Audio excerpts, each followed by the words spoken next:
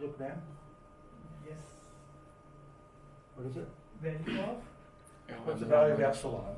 Right? Each of these points correspond to an epsilon. So epsilon of M1 is what? Look, man. Marco. 2. What's the value of epsilon here? Marco. 2. Okay. So if we take the difference, M1 plus EM minus epsilon M1, because this is 2 and that's 2, that's going to give you the value 0, right? Let's expand this in a Taylor series. And we're going to expand where? Well, at M1. That's our starting point. And then we have the derivatives to deal with.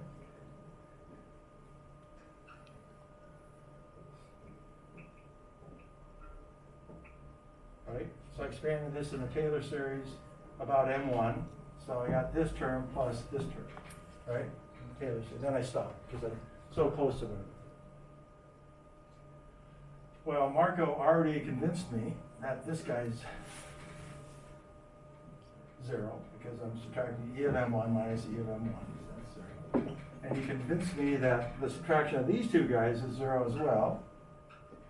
So he says that the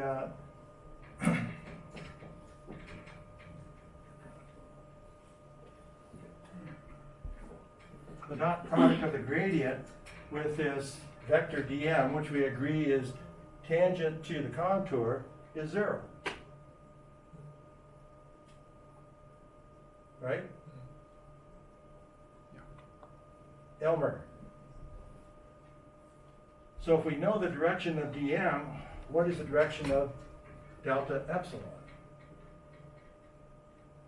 For this to be 0. This is a dot product between two vectors, and the dot product between two vectors is 0. What does that imply about the two vectors? What is their orientation with respect to one another? Perpendicular. So this guy is this way, so this guy must be parallel to the perpendicular of the contour at this point. And notice I've said parallel because I don't know which direction. So at least we know this condition tells us that delta epsilon is parallel to the, well, it's perpendicular to the contour.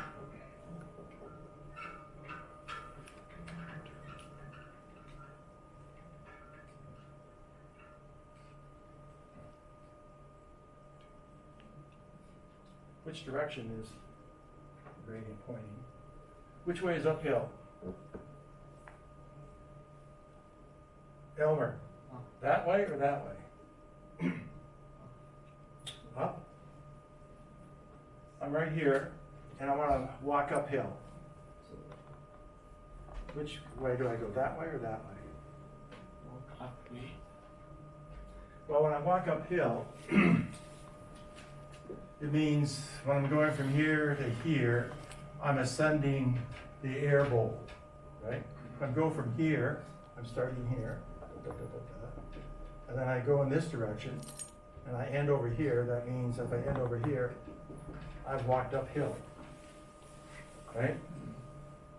If I walk, starting from here, if I walk downhill, then I would start here and go in that direction, because downhill meant I went from a high elevation to a lower elevation. So that's what I mean by hill. But we don't know whether delta epsilon points uphill or downhill, or do we? Marco? We know that is a vector distance. What? We know that is a vector distance and then one of this stuff. Like, should be pointing outside. It should be pointing uphill? Yeah. What's the proof? That we start from LM that is farthest from the stars. That Well, yeah, if we start here and go in this direction, we're going uphill, but that doesn't imply delta epsilon is in that direction. It could be parallel to that direction, it could be downhill. Well, we use a similar proof. That is, now we choose a dm not to be along the tangent, but the dm to be perpendicular to tangent. and I'm gonna say my DM is now uphill, pointing in the uphill direction, right? So if I start here, that's M, and then I end up over here, that's M plus dm, right? So in the same case, epsilon dm plus m minus epsilon m, but now dm is defined to be perpendicular to the contour tangent. And moreover, I'm defining dm to go uphill. So what does that imply about the value of epsilon here subtracted from the value of epsilon there, Marco? Should be greater than 0, because I defined this guy to be uphill. I haven't defined delta epsilon to be uphill, I just defined that to be uphill. Well, let's go to the same exercise as before of expanding this in a Taylor series. About what? About epsilon of m. And you get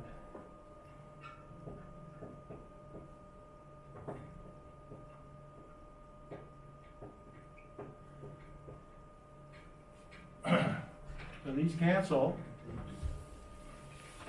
What was 9 months? I wanted to see if you paid attention. Very good. It's a plus, okay? So now we have this condition left over.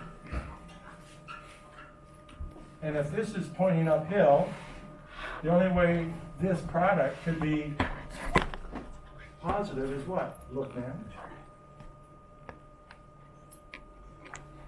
If delta delta epsilon naught is greater than 0, is positive.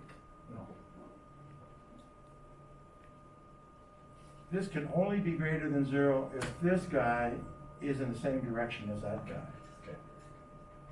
Okay? And since this guy is already defined to be uphill, that means delta epsilon's uphill as well. Which is good, because it says if we're here, m naught, we're here, m naught, super naught. And if I wanted to improve my solution, do I walk uphill to find another m? That is, I want to find, starting from here, I want to find the global minimum, and we know the global minimum must be downhill from that guy. So if I'm starting with the wrong starting point, and I want to improve my model, I'm going to walk downhill. Okay. This is saying we're going uphill, but the minus sign here says we're going uphill, right, downhill. Okay. So, let me quickly get to the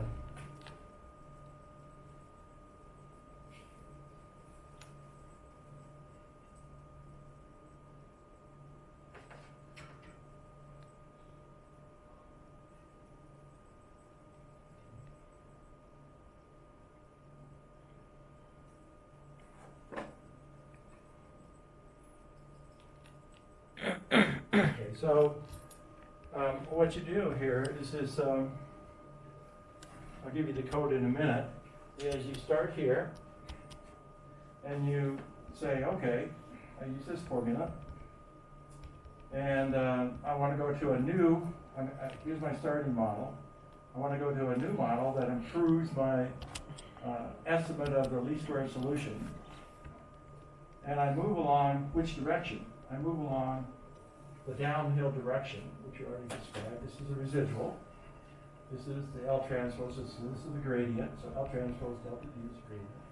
So I'm moving along the negative gradient direction, which is downhill. And how far do I move? Until I kiss a contour. And by kissing a contour until my move direction is a tangent to a contour. Notice all the other contours between the starting point and here. I'm intersecting them. It's only right here do I kiss a contour. And I stop. How do I know when to stop? By this step length. There's an analytical formula for it that people don't use typically, but there's lots of other methods we'll talk about finding the proper alpha or step length. This tells you how far you should move in the gradient direction, negative gradient direction. Once you stop here, you have a new starting model. What do, Luca or Marco? Wait, repeat it again, You find the predicted data, new predicted data, because you have a new predicted model. You update your residual. And you, by updating the residual, you can now find a new gradient direction, downhill direction, that's going to be perpendicular to the contour here. Then you go downhill, and then you keep iterating on that to the contour. And this is an actual, in one of your labs, you're going to do, you have a starting model where the contours are very long and elongated. And you notice you're just going from one kissing contour point to another. It takes a long time to converge. This is a property of a system equation, it's no condition, which we're going to define in a second.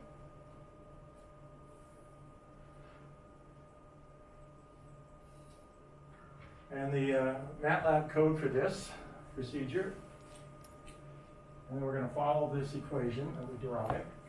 This is fixed. This is our predicted data. What's this, Marco? Literally. Gradient, and it's pointing downhill or uphill? You point down. It's not. It's upwards, the minus sign makes it downward. This Yeah, I mean.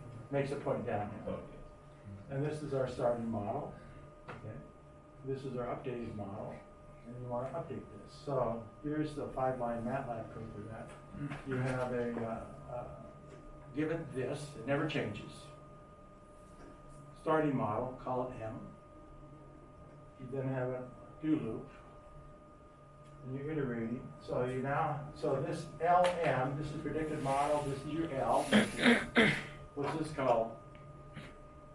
Mohammed? When you do LM, what's the data called? Abdullah? Predicted data. So with that predicted data, you subtract it from the observed data to get your residual. And then you simply apply the formula. And you go back and forth. How do you know when to stop? How many iterations do you need? Set some limit for delta D. What? Set some limit for some scale for delta D when delta D is smaller than delta. So you have to put a scale for, you have you define a predefined threshold, or RMS there, in case you know what that is. Okay, ill-posedness, let me get back to the question posed the other day by Shu Yu. You have an overdetermined system of equations, and this is a well-posed system of equations. Believe it or not. Why? Because L transpose L happens to have a pretty good condition number. I'll define that in a minute. But if you have an ill-posed system of equations, I'll show what that is. What that means is your lines are pretty much the same, have the same slope. And that's also consistent with the idea that your column vectors, which are like your basis vectors for your solution, are almost parallel to one another. And as you already know from numerical analysis, such kinds of systems equations are ill-posed. They lead to eigenvalues that are almost zero. I have the class. Oh, you have a class, okay. Yeah. We'll continue this next Sunday. Sorry. What time does your class start? What actually already Oh, I'm started. sorry. Okay, so we'll continue this next. 是讲1个小时，或者讲1个小时。 Don't forget we have homework assignments on the right hand side. 下一次是什么时候？ Of your, 我那同学他知道我我给发了一个那个，说没有把我放在列表上。